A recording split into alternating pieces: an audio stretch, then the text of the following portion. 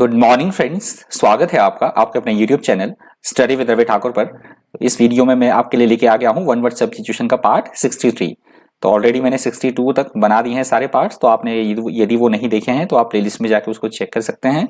और उन सारे जो मैंने वीडियोस बनाए हैं उसके जो पीडीएफ हैं, डॉक्यूमेंट के जो सारे पीडीएफ हैं, आपको मेरे टेलीग्राम ग्रुप पे मिल जाएंगे। तो मैं अपने टेलीग्राम ग्रुप का लिंक इसी वीडियो के डिस्क्रिप्शन बॉक्स में भी डाल दूंगा, तो आप इसी वीडियो के डिस्क्रिप्शन बॉक्स में जाकर चेक कर सकते हैं टेलीग्राम ग्रुप के लिंक को। तो वहां आपको सारी पीडीएफ्स मिल जाएंगी जितने भी मैंने पार्ट बना दिए हैं।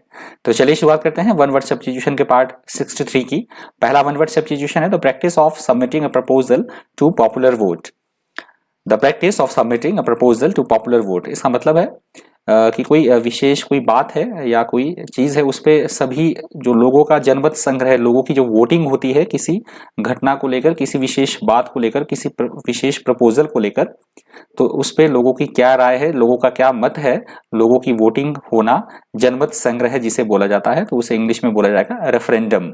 रेफरेंडम लोगों का किसी एक विशेष स्थिति की तरफ, किसी एक विशेष बात की तरफ रुझान होना, उनकी वोटिंग होना, उनका जनमत संग्रह होना, उसे बोला जाता है रेफरेंडम। अगला वन वर्ड सब्स्टिट्यूशन है an object or portion serving as a sample. An object or portion serving as a sample. Sample के रूप में किसी भी चीज को ले लेना। जैसे हम कभी बैंक में जाते हैं तो अपना अकाउंट खोलते हैं, तो हमारे बैंक हमारे से क्या लेता है, 2-3 स्पेसिमेन सिग्नेचर लेता है नमूने के तौर पे, तो उसे बोला जाता है specimen. Specimen. Next one word substitution है not to be moved by entity. Not to be moved by entity, इसका मतलब होता है ऐसी कोई स्थिति या ऐसी कोई चीज जो कि हमारे कंट्रोल से बाहर हो, स्वेच्छाचारी होना, नियंत्रण से बाहर होना, निरंकुशता की स्थिति होना, उसे बोला जाता है इंग्लिश में डेस्पोटिक। डेस्पोटिक, जिसपे किसी भी तरह का कोई कंट्रोल ना हो, नियंत्रण ना हो, जो स्वेच्छाचारी हो, उसे बोला जाता है despotic.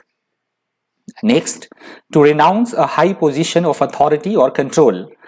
To renounce a high position of authority or control, हमारे पास बहुत अधिक पावर है, हम इसी ऐसे पद पे बैठे हैं जहां पे हमारे पास बहुत अधिक पावर है, हाई पोजीशन पे हम बैठे हैं, और उस पद का त्याग कर देना, तो उसे बोला जाता है एब्डिकेट। किसी हम ऊंचे पद पर हम बैठे हैं जहां पे कि हम उस पद पर बहुत सारी पावर्स है हमारे पास, तो उस पद को त्याग देने को बोला जाएगा एब्डिकेट। पद का त्याग कर देना, that is called abdicate. ABDICAT, abdicate, त्यागना, पद को त्याग देना। नेक्स्ट वन वर्ड सब्स्टिट्यूशन है code of diplomatic etiquette and precedence. Code of diplomatic etiquette and precedence, तो जैसे राष्ट्रपति होते हैं या हमारे जो माफ कीजिएगा, एग्जाम्पल से आपको समझा रहा हूं, जैसे हमारे प्रधानमंत्री होते हैं, राष्ट्रपति हैं, तो उनके कोड ऑफ कंडक्ट होते हैं, कुछ एक प्रोटोकॉल्स होते हैं उनके लिए, जो बंधे होते हैं उन प्रोटोकॉल्स में वो। तो कई बार हमारे प्रधानमंत्री जी क्या करते हैं, जैसे कोई विदेश से कोई मेहमान आता है, कोई विदेश कोई प्रधानमंत्री या राष्ट्रपति आता है, विजिट करता है इंडिया, तो वो खुद उनको रिसीव करने जाते हैं एयरपोर्ट, जो कि उनके जो प्रोटोकॉल है उससे बाहर, उसको तोड़कर वो जाते हैं वहां पे उनका स्वागत करने के लिए। तो आई होप आपको समझ आ गया होगा कि प्रोटोकॉल का मतलब क्या होता है। अगला जो हमारा वन वर्ड सब्स्टिट्यूशन है वो है to struggle helplessly. To struggle helplessly, इसका मतलब होता है किसी चीज को प्राप्त करने के लिए बहुत ज्यादा स्ट्रगल करना, या हम बोल सकते हैं अगर चलने की सेंस में हम लें तो लड़खड़ाना, लड़खड़ाते हुए चलना, उसे बोला जाएगा। या स्ट्रगल करना, हम बहुत विपत्ति में है, कठिनाइयों में है, परेशानियों में है और हम स्ट्रगल कर रहे हैं, तो उसे बोला जाएगा flounder. Flounder, flounder. Next, loss of memory.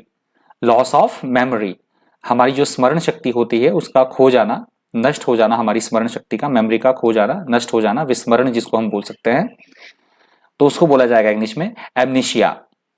Amnesia. Next, release of a prisoner from jail on certain terms and conditions. Release of a prisoner from jail on certain terms and condition, किसी भी कैदी को जब jail से बाहर आना होता है तो कुछ एक टर्म्स और कंडीशन पे जो जेल वाले हैं उनको छोड़ते हैं। तो वो कैसे बाहर आते हैं, पैरोल पे बाहर आते हैं। पैरोल पे आपने सुना होगा, कोई भी कैदी है वो कुछ समय के लिए बाहर आया है, छुट्टी पे आया है इस तरह से, तो उसको पैरोल बोला जाता है। तो कुछ एक जेल वाले उसे कुछ एक स्थितियों के बेसिस पे छोड़ते हैं, कुछ एक शर्तें होती हैं, तो उस शर्तों पे उसे छोड़ा जाता है कुछ समय के लिए बाहर, तो उसे बोला जाएगा parole. Next, feeling inside you which tells you what is right and what is wrong. Feeling inside you which tells you what is right and what is wrong. जब भी हम कोई काम कर रहे होते हैं तो हमारे अंतर मन में एक फीलिंग आती है कि ये काम ठीक है या नहीं है। तो उस जो हमारे जो फीलिंग आती है कुछ करने से पहले, तो ऐसी फीलिंग को बोला जाता है कॉन्शियस। कॉन्शियस हमारा जो अंतर मन होता है वो हमें जवाब देता है कि हम ये सही कर रहे हैं या नहीं कर रहे हैं। तो ऐसी कोई भावना, ऐसी जो फीलिंग उठती है मन के अंदर, तो उसको बोला जाएगा कॉन्शियस। और हमारा इस पार्ट का लास्ट वन वर्ड सब्स्टिट्यूशन है an encryption on a tomb. An encryption on a tomb. मरने के बाद जब समाधि पे कोई लेख लिखा जाता है किसी के बारे में, उसके जो पत्थर लगा होता है वहां पे, उस पे लेख लिखा गया होता है, उस मरने वाले व्यक्ति के बारे में कुछ लिखा गया होता है समाधि पे, तो उस लेख को बोला जाता है एपिटफ। एपिटफ समाधि लेख, एपिटफ।